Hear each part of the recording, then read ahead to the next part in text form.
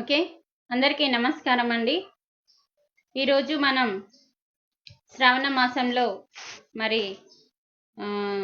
చాలా చక్కటి రోజు మనకి మరి నాగుల పంచమి.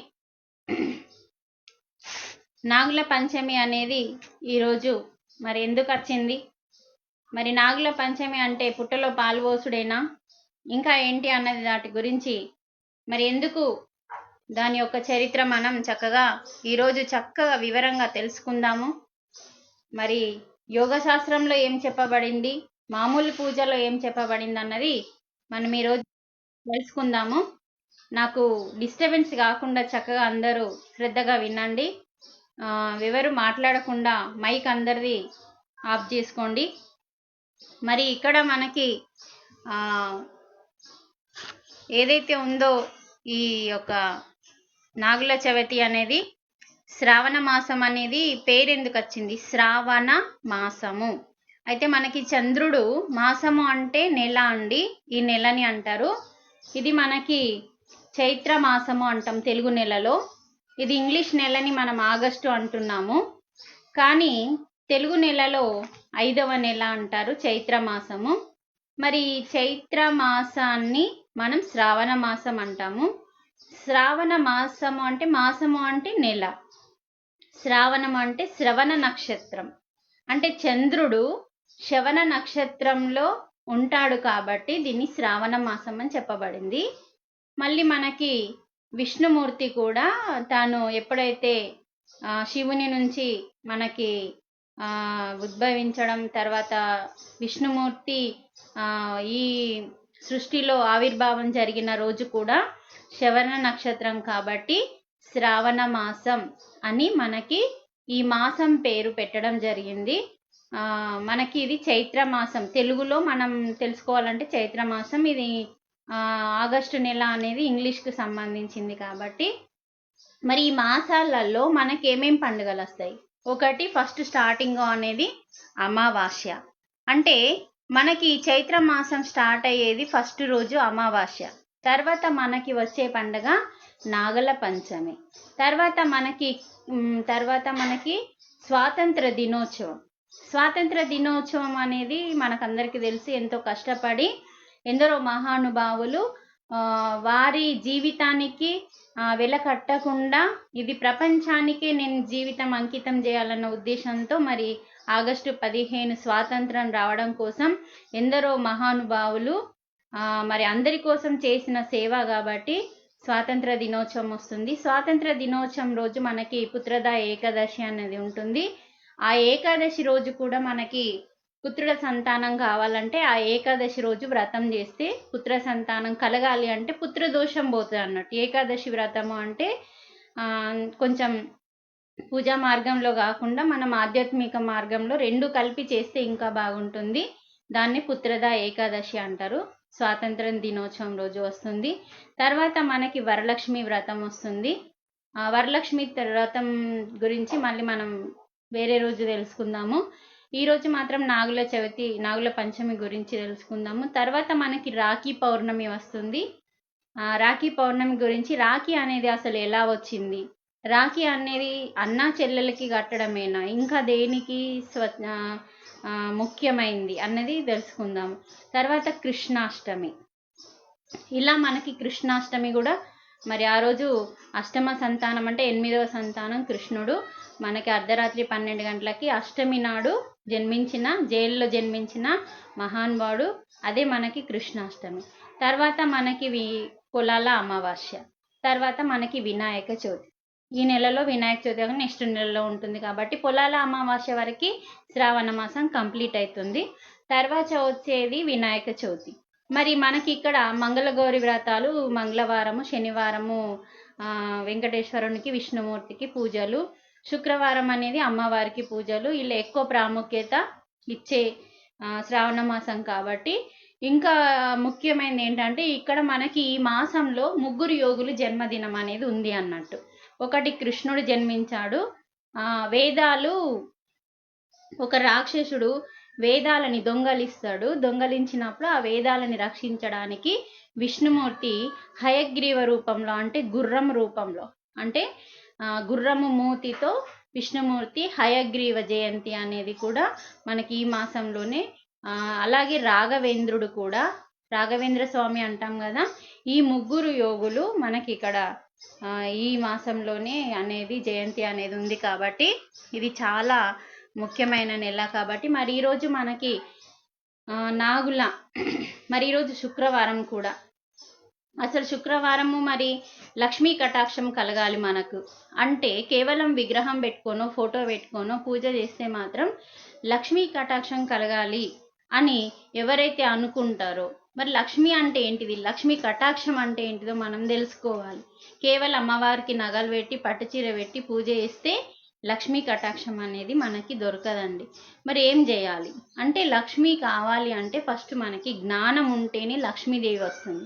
జ్ఞానం ఉండాలంటే మన లోపల శక్తి ఉండాలి. శక్తి ఉంటే జ్ఞానం వస్తుంది, జ్ఞానం ఉంటే లక్ష్మీదేవి కటాక్షం వస్తుంది. ఆ జ్ఞానం అనేది ఎందుకు మరి ఎలా అనేది చక్కగా మనం ఈరోజు తెలుసుకుందాం. తుష్టి అంటే లక్ష్మీ పూజ కోసం మనం ఏం చేయాలి, తుష్టిగా ఉండాలి అంటే సంతోషంగా ఉండాలి. తర్వాత పుష్టి అంటే సమృద్ధిగా, తర్వాత మనకి సద్బుద్ధి మంచి బుద్ధి ఉండాలి, జ్ఞానం ఉండాలి. తర్వాత చూడండి, జ్ఞానం ఉన్న వాళ్ళకి ఇవన్నీ ఉంటాయి, మరి అజ్ఞానంలో ఉన్న వాళ్ళకి ఇవన్నీ ఉండవు. తర్వాత మనకి బలం ఉండాలి, తర్వాత మనకి మేధస్సు ఉండాలి, శ్రద్ధ, ఆరోగ్యము, తర్వాత మనము దేంట్లోనన్నా జయాన్ని సాధించాలి. మన లోపల ప్రశాంతత ఉండాలి, శాంతంగా అంటే కోపంకి రాకుండా ద్వేషానికి రాకుండా శాంతంగా ఉండాలి. అలాగే మనం అందరితో స్నేహంగా ఉండాలి, ఎవరిని అంటే కుల మత భేదాలు లేకుండా చిన్న పెద్ద తేడా లేకుండా స్నేహశీలత అంటే స్నేహంతో వాళ్ళతోని మంచి చక్కగా కలిసిపోవాలి మనం. అలా మన లోపల దయ అనేది ఉండాలి, అంటే మనకి శుచి శుభ్రత అనేది ఉండాలి. అంటే ఇల్లుని కానీ మన శరీరాన్ని కానీ మన చుట్టుపక్కల వాతావరణాన్ని కానీ మనం శుచి చేసుకోవాలి. ఇవన్నింటిని లక్ష్మీ కళలు అంటారండి. ఇది వాస్తవం తెలుసుకోవాలి మనం. మనము ఏదో అందరి మీద ద్వేషాలు కోపాలు పెట్టుకొని లక్ష్మీ ఫోటో పెట్టుకొని పూజలు చేస్తే లక్ష్మీ పూజ కాదు. మరి ఇవన్నీ లక్ష్మీ కళలు అంటారు. అంటే ఇవన్నీ చాలా పురాణాలలో మనకి ఇవ్వబడింది. అంటే మీరు ఎలా ఉంటే లక్ష్మీ పూజ అనేది పరిపూర్ణం చెందుతుందని మనకి పురాణాలలో. అందుకే భాగవతం చాలా గొప్పదండి. అందులో కృతయుగం గురించి, కృతయుగంలో జరిగిన మొత్తం గురించి ఉంటాయి కాబట్టి వీటిని మనం లక్ష్మీ కళలు అంటాము. వీటి వల్ల మనకేంటంటే అష్టసిద్ధులు వస్తాయి. వీటిని మనము కలిగి ఉండడమే లక్ష్మీ కృప అంటాం. ఇవన్నీ ఇప్పుడు నేను ఏమైతే చెప్పినో దయ, కరుణ, శాంతము, ఆరోగ్యము, ఇవన్నీ ఏవైతే నేను సమృద్ధి, సంతోషంగా ఇవన్నీ ఉండడం అనేది ఏవైతే చెప్పినో ఇవన్నీ మనము కలిగి ఉండాలి. వాటిని మనము లక్ష్మీ కృప అంటాం. అయితే వీటి కోసం మనం ఏం చేయాలి, మరి ఇవన్నీ రావాలి కదా అంటే మనం ఏం చేయాలి, వీటన్నింటిని రావాలి అంటే మనము సాధన చెయ్యడమే. సాధన అంటే ధ్యానము.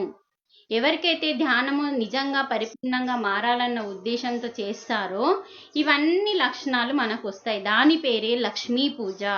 లక్ష్మీ పూజ అంటే ఫోటో పెట్టుకొని చేసినంత మాత్రాన సరిపోదు, తక్కువ అంటే దానికి ఫలితం ఉంటుంది. కానీ మనకు అక్కడ ఏంటంటే మనసు పనిచేస్తుంది. అందరి మీద సరైన భావనలు ఉండవు. అందరి మీద సరైన భావన ఉండడమే, అందరినీ ప్రేమించడము, స్నేహంగా ఉండడమే ఇవన్నీ గుణాలు రావడం కోసం మనం సాధన చేస్తేనే మనకి ఇవన్నీ వస్తాయి. కాబట్టి దాని పేరే మనకి లక్ష్మీ పూజ అంటాం. అందుకని శుక్రవారం కంటే ఎక్కువగా ప్రాముఖ్యత అమ్మవారు గురువారానికి ఇస్తారు. అంటే మనం శుక్రవారం అమ్మవారు అనుకుంటాం, కానీ ఎక్కువ శాతము మహారాష్ట్రకి మీరు వెళ్ళి చూడండి, గురువారం రోజు అమ్మవారికి ఎక్కువ పూజలు జరుగుతూ ఉంటాయండి. మరి అందుకనే సద్గుణాలు ముఖ్యం కానీ ధనం కాదు. సద్గుణాలు మన లోపల ఉంటే, అంటే మంచి గుణాలు మన లోపల ఉంటే, మంచి గుణాలు అంటే ఇందాక మనం చెప్పుకున్నాం, అందులో అహింసలో ఉండాలి, ఎవరిని ఇబ్బంది పెట్టకుండా, ఏ జీవిని హింసించకుండా, దయ, కరుణ, ప్రేమ, శాంతము అనే ఏవైతే సద్గుణాలు ఉన్నాయో అవి ఉంటే మనకేం జరుగుతుంది, ధనము దానికదే వస్తుంది అని మనకి శాస్త్రాలలో. దానికది రావడం అంటే మనం ఒక పని చేస్తే అది ఈజీగా సక్సెస్ అవుతుంది నీ సద్గుణాల వల్ల. అంటే నీ సద్గుణాలు ఉండడం వల్ల మనం ఫెయిల్యూర్ అనేది ఉండదు. అది మనం ఏం చేసినా ఫాస్ అనేది విజయం సాధించడం అనేది ఉంటుంది. అక్కడ మనకి ధనం అనేది వస్తుంది. కానీ మనం ధనం కోసం ఆరాట పడకుండా సద్గుణాల కోసం ఆరాట పడాలని చెప్పి లక్ష్మీ పూజలో చెప్పడం జరిగింది. కాబట్టి మరి ఎక్కడైతే స్త్రీలను గౌరవింపబడుతుంది, ఇది చాలా ముఖ్యమండి. మనం ఏం చేస్తామంటే మనమే ఇంకా పురుషుల కంటే ఎక్కువ స్త్రీలే ఒక స్త్రీ ఇంకొక స్త్రీని నిందించడం, ఒక స్త్రీ ఇంకొక స్త్రీని అవమానించడం ఇలా ఎన్నో జరుగుతూ ఉంటాయి. అందుకనే మనం ఎప్పుడైతే స్త్రీలోని శక్తి కళని మనం ఉంటుంది అంటే మన లోపల ఏముంటుందంటే చాలా శక్తి ఉంటుంది. ఈ కళని ఎవరైతే గుర్తించి స్త్రీని గౌరవిస్తారో అదే లక్ష్మి అంశ. అంటే అమ్మ ఇప్పుడు మన ఇంటికి కోడలు వచ్చిందండి అంటే మనం ఏమనుకోవాలా, లక్ష్మీదేవి వచ్చింది అనుకోవాలి. ఒక కూతురు పుట్టింది అనుకోండి, నాకు అందరు కూతుర్లే ఉన్నారు మళ్ళీ కూతురు పుట్టింది దరిద్రం అనుకోవద్దండి. అంటే మళ్ళీ కూతురు అంటే లక్ష్మీదేవి అంశగా భావించాలి.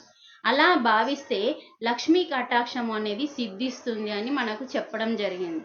చూడండి, పూజ చేస్తే కాదు, కేవలం పూజ చేసినంత మాత్రాన మన లోపల సద్గుణాలు ఎలా వస్తాయి, సాధన చేస్తేనే మన లోపల సద్గుణాలు వస్తాయి. కాబట్టి పూజలో మనము కొందరికి అహం వస్తుందండి. మీరు గమనించండి, మీరు పూజని చాలా పువ్వులు తెచ్చి నగలు వేసి పట్టుచీర వేసి చక్కగా అలంకరణ చేసిండ్రు, అమ్మవారి విగ్రహమో ఫోటోను పెట్టి చాలా అద్భుతంగా అందంగా అలంకరణ చేసినప్పుడు మనకు అహం వస్తుంది. నేను చాలా బాగా చేసిన అని ఎప్పుడైతే అనుకుంటావో అది అహం అంటాం.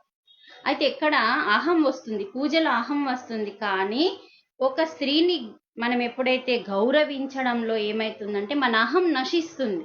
ఒక స్త్రీని ఇష్టపడడం, ఒక స్త్రీకి ఒక కష్టం వచ్చిందంటే మనం నిందలు వేయద్దు, అది ఏం చేసిందో, అది చేసింది, ఇది చేసింది, అదైంది, ఇదైందని మనం మాట్లాడకుండా ఆమె దుఃఖంలో ఉన్నప్పుడు మనం ఓదార్చడం అనేది స్త్రీని గౌరవించడం. మళ్ళీ ఆమె ముందట ఓదార్చి చక్కగా పక్కకెళ్ళి మళ్ళీ చెండాలం మాట్లాడకుండా ఉండాలి.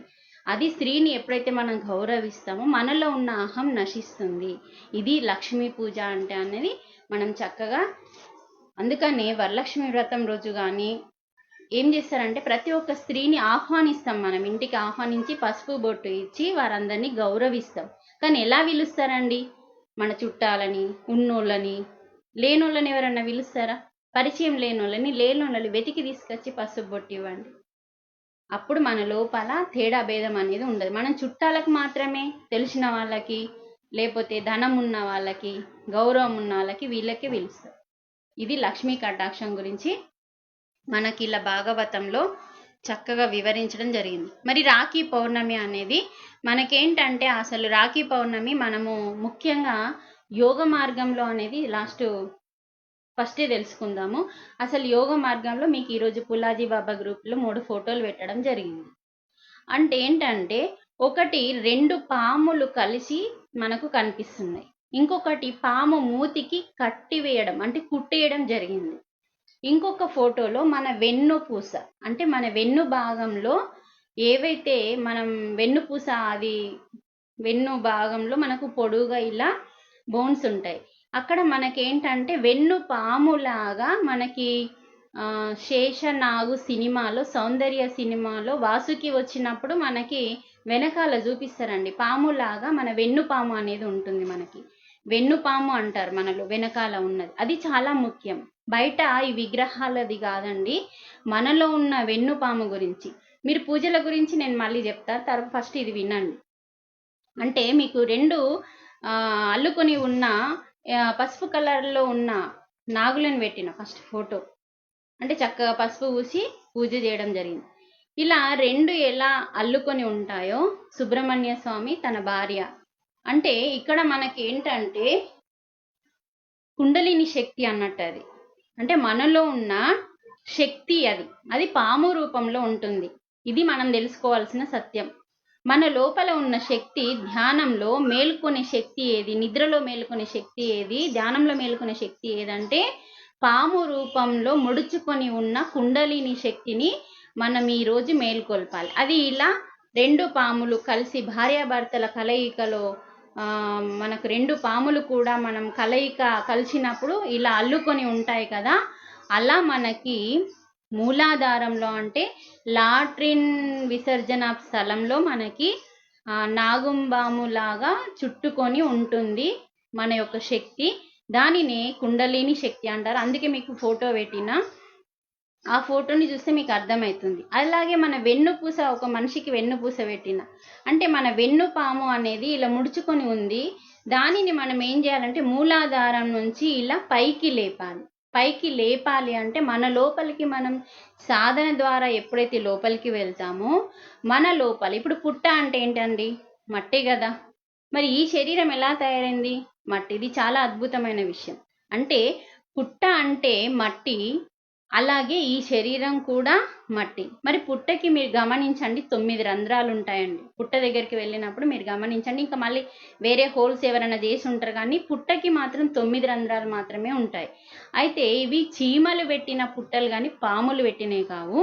ఇక్కడ ఏంటంటే మనకి 9 రంధ్రాలు ఎలా ఉన్నాయో, మనకి 2 కళ్ళు, 2 చెవులు, 2 ముక్కు రంధ్రాలు, అలాగే నోరు, అలాగే మూత్ర విసర్జన అంటే జననేంద్రియము, అలాగే మల విసర్జన, ఇలా మనకి 9 రంధ్రాలు. అసలు మనకి 11 రంధ్రాలు ఉంటాయి, కానీ 9 రంధ్రాలలో నవగ్రహాల దేవతలు ఉంటారు. కాబట్టి మనకి పుట్టకి ఉన్న 9 రంధ్రాలు, మనలో ఉన్న 9 రంధ్రాలు సేమ్. దాని గురించి వివరించడానికే ఇదే ఒక పెద్ద పుట్ట.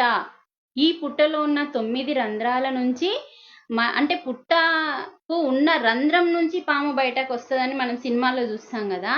అలాగే మన 9 రంధ్రాలలో అది మన మూలాధారంలో ముడుచుకొని ఉన్న పాము ఏదైతే ఉందో, కుండలిని శక్తి అనేది ఎప్పుడైతే మేల్కొంటుందో మన సహస్రారం అనే 10వ రంధ్రానికి ఎప్పుడైతే వెళ్తుందో మన ఆత్మ సాక్షాత్కారం అనేది జరుగుతుంది.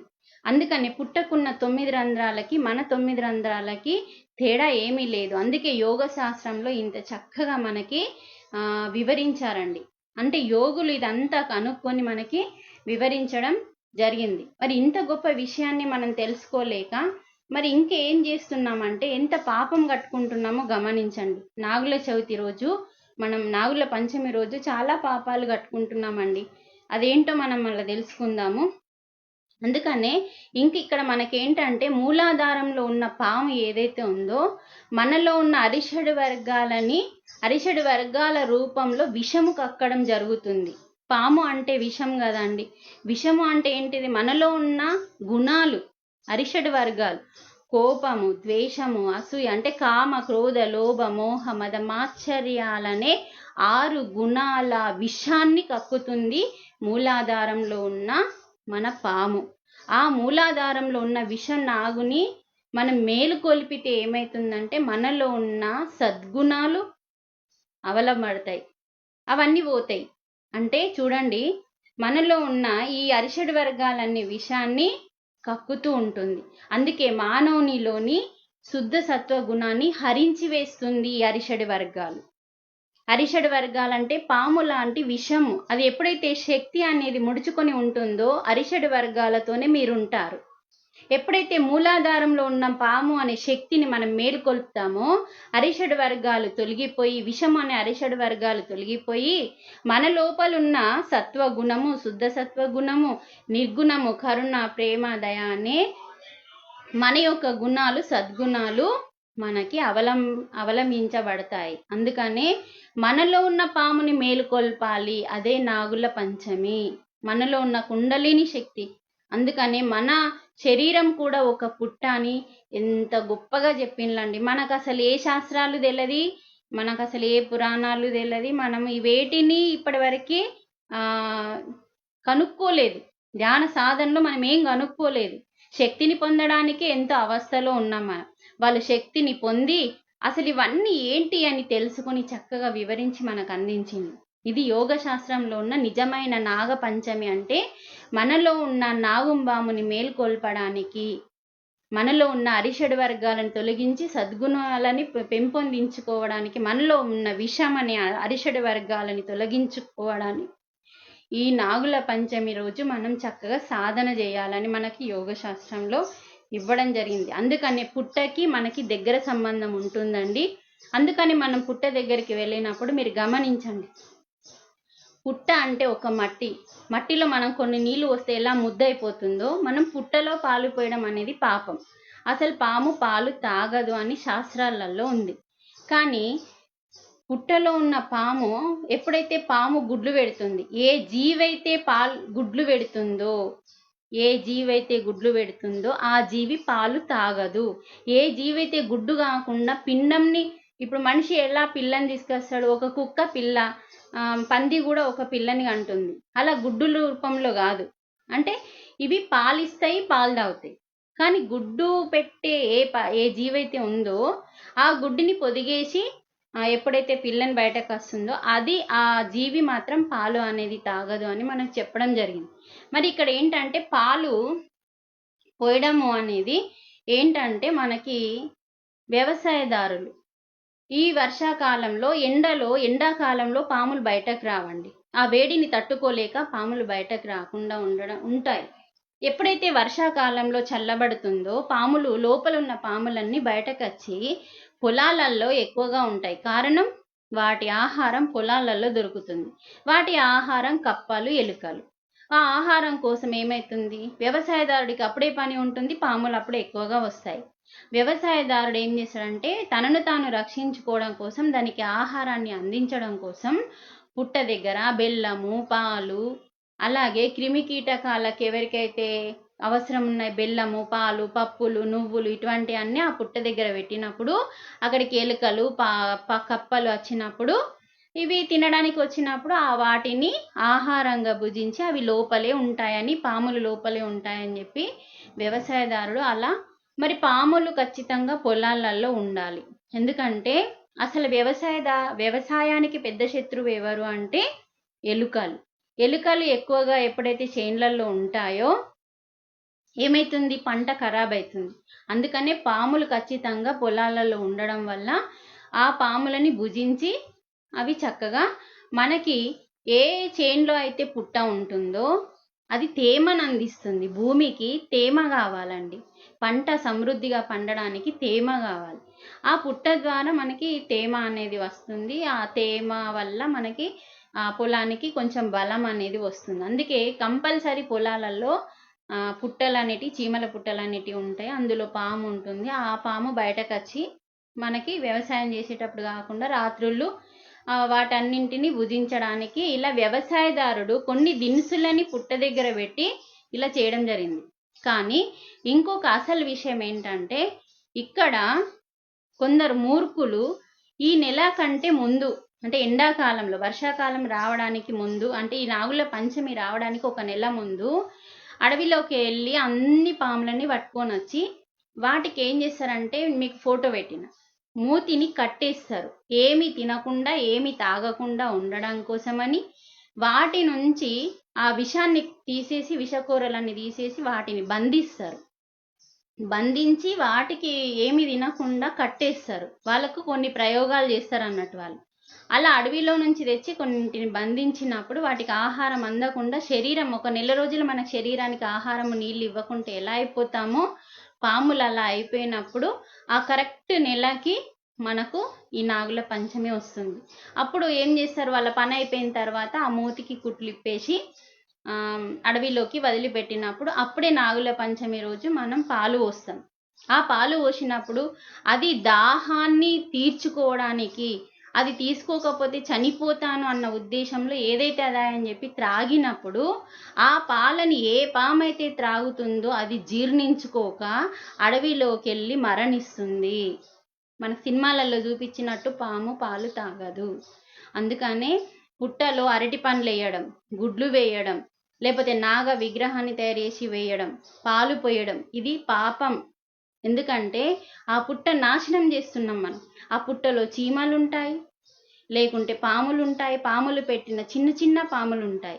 ఈ పాల దారాలు ఎక్కువైపోయి కొన్ని వందల మంది ఒకటే పుట్టలో పాలు పోసారనుకోండి, ఎన్ని పాలు అయితే ఒక్కొక్కరు ½ లీటరు, కొందరు లీటరు, కొందరు ½ లీటర్, అందరు కలిసి పోసేసరికి పుట్టంతా పచ్చిగా అయిపోయి ఆ గుడ్లు, అరటి పండ్లు అన్నీ కుళ్ళిపోయి ఆ పుట్టంతా నాశనం అయిపోయి చాలా వరకు పుట్టలు, అందులో ఉన్న పాములు, చీమలు మరణిస్తుంటాయి. అది ఖచ్చితంగా మనకి పాపం అని శాస్త్రం చెప్పింది.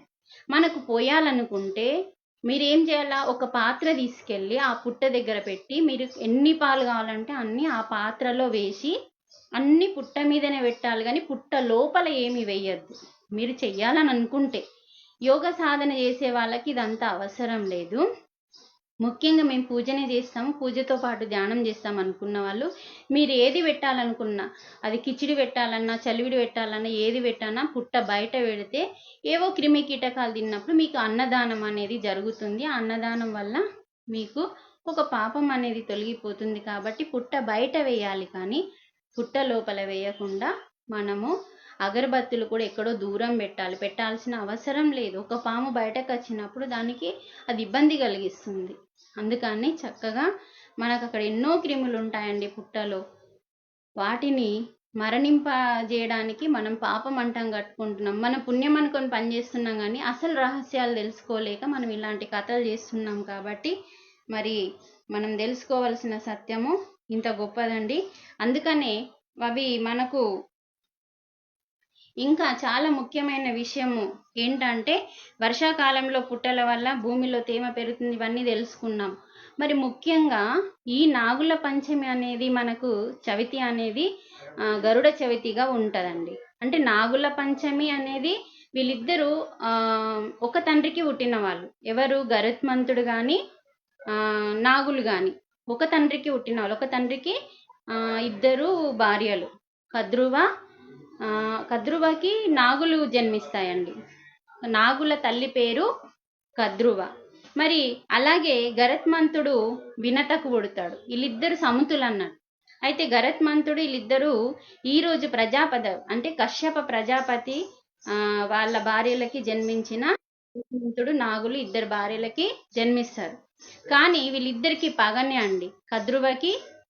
కద్రువ ఏం చేస్తాడంటే కొన్ని ఆంక్షలు పెట్టి అన్యాయంగా ఈ యొక్క వినత మీద అన్యాయంగా గెలిచి తను దాసిగా మార్చుకుంటుంది. అందుకనే దాసిగా మార్చుకుంది నా తల్లిని అని చెప్పి ఈ గరత్మంతుడు ఏం చేస్తాడంటే, దాసితనం పోవాలంటే నేనేం చేయాలా అమ్మ అంటాడు. అలా కద్రువని అంటాడు నాగుల తల్లిని. అంటే నువ్వు నాకు అమృతం తెచ్చియాలి అని చెప్తాడు.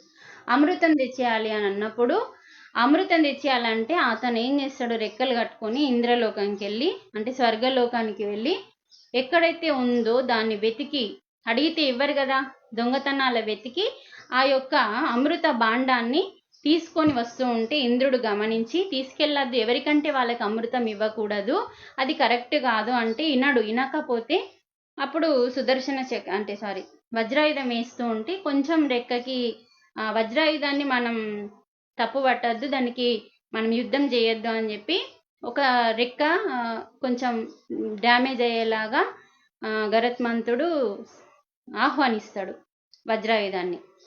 అయితే దానికి డ్యామేజ్ అవుతుంది. అయితే ఇప్పుడు ఏమని చెప్తాడంటే గరత్మంతుడు, నేను వస్తానని చెప్పిన అంతే, నేను తీసుకెళ్తా, వెంటనే నువ్వు వచ్చి అమృతాన్ని నువ్వు తీసుకొచ్చుకో అని చెప్పి గరత్మంతుడు ఇంద్రునికి చెప్పగానే సరే అన్న తర్వాత ఆ గరత్మంతుడు ఆ కద్రువ చాలా దుర్మార్గురాల, అంటే అన్యాయం చేస్తుంది అన్నట్టు.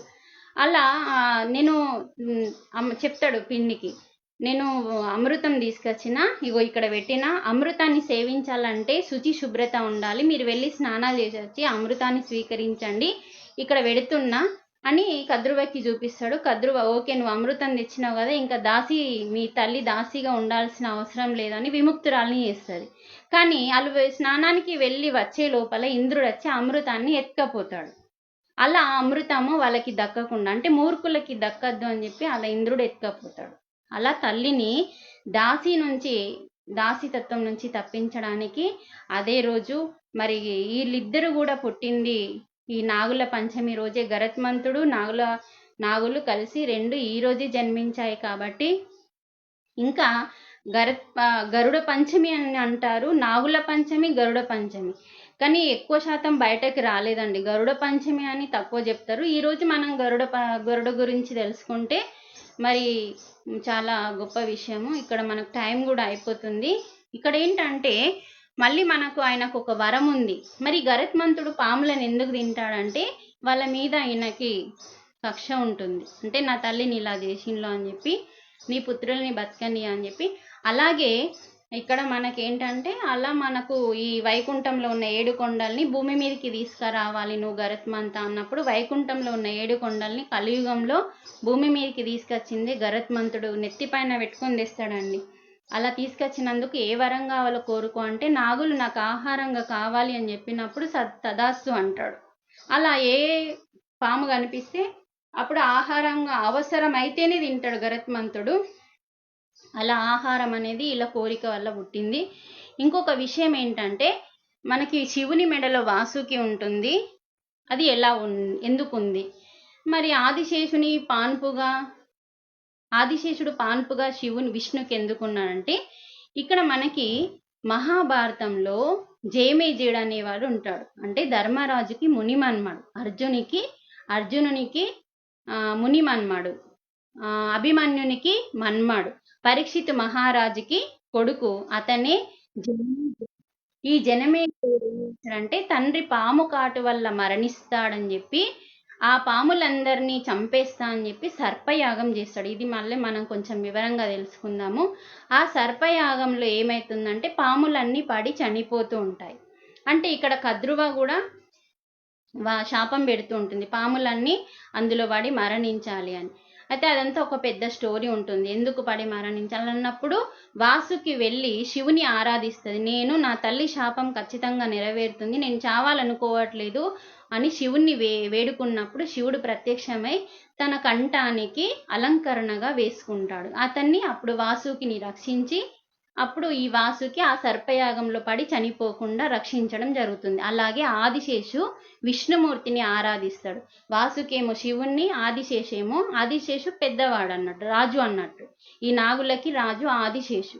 ఇలా ఆదిశేషు విష్ణువుని వేడుకున్నప్పుడు నా పాన్పుగా ఉండాలి నువ్వు, నీకేం రక్షణ ఉంటుంది అని చెప్పి ఇలా ఈయన పాన్పుగా ఆయన మెడలో అలంకరించడం జరిగింది. అది కూడా ఇదే రోజు అన్నట్టు. అంటే నాగుల పంచమి రోజు ఎన్నో చరిత్రలు జరిగినాయి, ఎన్నో అద్భుతాలు జరిగినాయి. కాబట్టి ఈ నాగుల చవితి గురించి తెలుసుకొని, సత్యం తెలుసుకొని మనలో ఉన్న నాగుల యొక్క శక్తిని, కుండలిని శక్తిని మేల్కొల్పాలి. కాబట్టి మరి ఈ సర్పయాగాన్ని ఎలా ఆపడం జరిగింది అనేది కూడా మనం ఇంతకుముందు క్లాస్లో తెలుసుకున్నాము. సర్పయాగము అనేది కూడా మరి ఇక్కడ ఆస్తికుడు అనే ఒక అద్భుతమైన యోగి ఆపడం జరుగుతుంది. అది ఎలా ఆపాడన్నది మనం ఇంతకుముందు తెలుసుకున్నాము. ఒకవేళ మీరు ఎవరికన్నా తెలుసుకోవాలనుకుంటే నెక్స్ట్ క్లాస్లో తెలుసుకుందాము. అలా సర్పాలన్నీ చనిపోతూ ఉంటే సర్పయాగం కూడా ఆపి వాటికి మళ్ళీ పునర్జన్మ ఇచ్చిన రోజు కూడా ఇదే రోజు. అందుకని నాగులు జన్మించిన రోజు, నాగులు పునర్జన్మని తీసుకున్న రోజు, నాగుల సర్పయాగం జరిగిన రోజు, మరి వాసుకిని ఆదిశేషుని కాపాడిన రోజు. మరి అందుకని పూజ చేయడం అంటే ఏంటంటే పాములు కనిపించగానే అవి కాటేస్తాయి అని చెప్పి మనం వాటిని చంపేస్తాం కదా, అలా చంపకుండా ఉండడం కోసమని మనము ఈ విగ్రహాన్ని పెట్టి పూజ చేయాలి. పాములు అంతరించిపోతే వ్యవసాయం జరగదండి. అందుకని అంతరించిపోవద్దు అని ఉండడం కోసమని పాములని దేవతగా భావించి మీరు పూజ చేయాలి అని అన్నప్పుడు మనం పాము కనిపిస్తే చంపకుండా ఉండాలి అని చెప్పి ఇలా పెద్దలు పెట్టడం జరిగింది తప్ప కానీ ఇదంతా ఏమీ లేదండి. అందుకని పాముని రక్షించి దేవతగా భావించి చంపితే పాపం అని చెప్పి పెట్టడం జరిగింది. ఎందుకంటే పాములు అంతరించిపోతే వ్యవసాయం ఉండదు, వ్యవసాయం లేకుంటే మనం ఉండం. కాబట్టి అందుకని మనకి ఇలా పెద్దలు దాన్ని పూజించాలని, విగ్రహం రూపంలో పూజించాలి. కానీ పాము వస్తే చంపేస్తూ ఉంటాము. చంపకుండా అక్కడ మనం చెప్పాలి, ఓ నాగరాజా నా దగ్గరికి నువ్వు రావద్దు, నేను నిన్నేం చేయ, నువ్వు నన్నేం చేయకు, నీ గురువు అస్తిక మహాముని నీ గురు మీద ఒట్టే నా దగ్గరికి వస్తే అని చెప్పి మనం గురు మీద ప్రమాణం చేసి నా దగ్గరికి రావద్దు అని మొక్కుకుంటే వెళ్ళిపోతుందని కూడా చెప్పడం జరిగింది. అందుకనే మనం కొంచెం జాగ్రత్తగా ఉండాలి.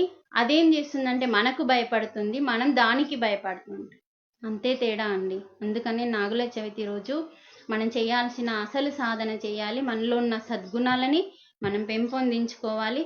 మరి ఇంకా మనకు ఈ యొక్క సుబ్రహ్మణ్య స్వామి అంటే మనకి సుబ్రహ్మణ్య స్వామి అంటే కుమారస్వామి దేవసేనని పెళ్లి చేసుకున్న రోజు కూడా ఇదే రోజు. అలాగే సుబ్రహ్మణ్య స్వామి ఏంటంటే వల్లి అనే ఒక దేవి ఉంటుంది, అది భూలోకంలో ఉంటుంది. అయితే సుబ్రహ్మణ్య స్వామి అంటే కుమారస్వామి గణపతికి ముందు పూజ ఇచ్చినప్పుడు కుమారస్వామి అలిగి భూలోకానికి వస్తాడు. భూలోకానికి వచ్చి సంచరిస్తున్న టైంలో వల్లి కనిపిస్తుంది. ఆ వల్లి నాగుల జాతికి సంబంధించింది కాబట్టి నాగుల జాతికి సంబంధించిన వాళ్ళు వస్తేనే నేను వల్లికి పెళ్లి చేస్తా అని తండ్రి శపథం చేసుకుంటాడు. అప్పుడు సుబ్రహ్మణ్య స్వామి పెళ్లి చేసుకుంటా అంటే నువ్వు నాగజాతికి సంబంధించిన వాడు కాదు కాబట్టి నేను నిన్ను పెళ్లి చేసుకోను అంటే అప్పుడు సుబ్రహ్మణ్య స్వామి కుమారస్వామి నాగుగా తయారయ్యి ఆమెని పెళ్లి చేసుకొని ఇలా అలంకరించి ఉన్న ప్రతి టెంపుల్లో ఇలా నాగులు ఉన్నాయే సుబ్రహ్మణ్య స్వామి వల్లి అన్నట్టు. అందుకనే వాళ్ళని ఇలా ఉండడం అంటే ఏంటిది, ఆ మూలాధారంలో ఉన్న ఆ వినాయకుడు మూలాధారంలో ఉంటాడు, ఆ లక్ష్మీదేవి అనే శక్తి, అలాగే ఈ కుండలిని శక్తి పాము శక్తి మూడు కలిపి మూలాధారంలోనే ఉన్నాయి కాబట్టి సాధన వల్ల ఈ మూడు మేలుకుంటాయి. అందుకే ప్రతి ఆలయంలో ఫస్ట్ వినాయకుడు, తర్వాత లక్ష్మీదేవి, తర్వాత నాగుంబాముల విగ్రహం ఉంటుంది.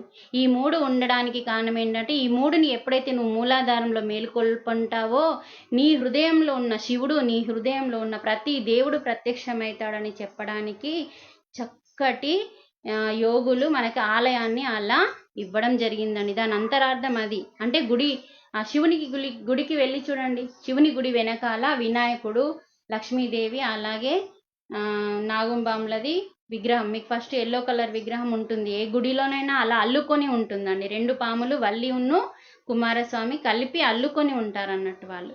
ఆ నాగుల పంచమి రోజే ఆయన నాగుంబాముగా కుమారస్వామి అయిండు. తర్వాత మళ్ళీ వేరే టైంలో పెళ్లి అయింది. చూడండి, దేవసేనని పెళ్లి చేసుకున్న రోజు అదే, మరి వల్లిని కలవడానికి నాగుంబాముగా తయారైంది కూడా అదే రోజు. ఇంత చరిత్ర ఉందండి. అలా మనకి స్వర్పయాగం చేయడానికి కారణం మరి పరీక్షితు మహారాజు మరి పాము కాటు వల్ల, ఒక శాపన వల్ల మరణిస్తాడు. మరి ఆ పాము నా తండ్రిని చంపిందన్న కక్షతోని ఆ పరీక్షితు మహారాజు అంటే ఎవరు, అభిమన్యుని కొడుకు. అభిమన్యుని మన్మడు ఏం చేస్తాడంటే సర్పయాగం, అంటే సర్పాలన్నీ అగ్నిలో పడి చనిపోవాలని యాగం చేస్తూ ఉంటాడు.